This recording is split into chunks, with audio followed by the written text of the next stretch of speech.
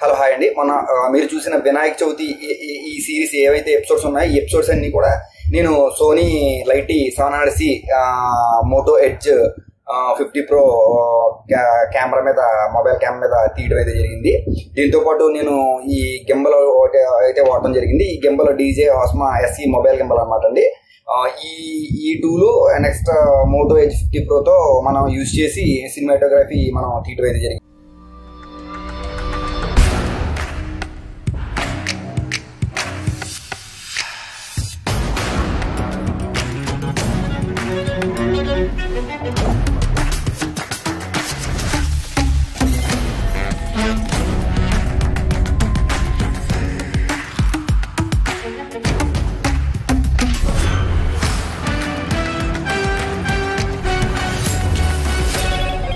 Hello Moto మీరు ఇది 4Kలో మనం 60 FPS లో HDR ఫార్మేట్ లో మనం షూట్ చేయడం అయితే జరిగింది.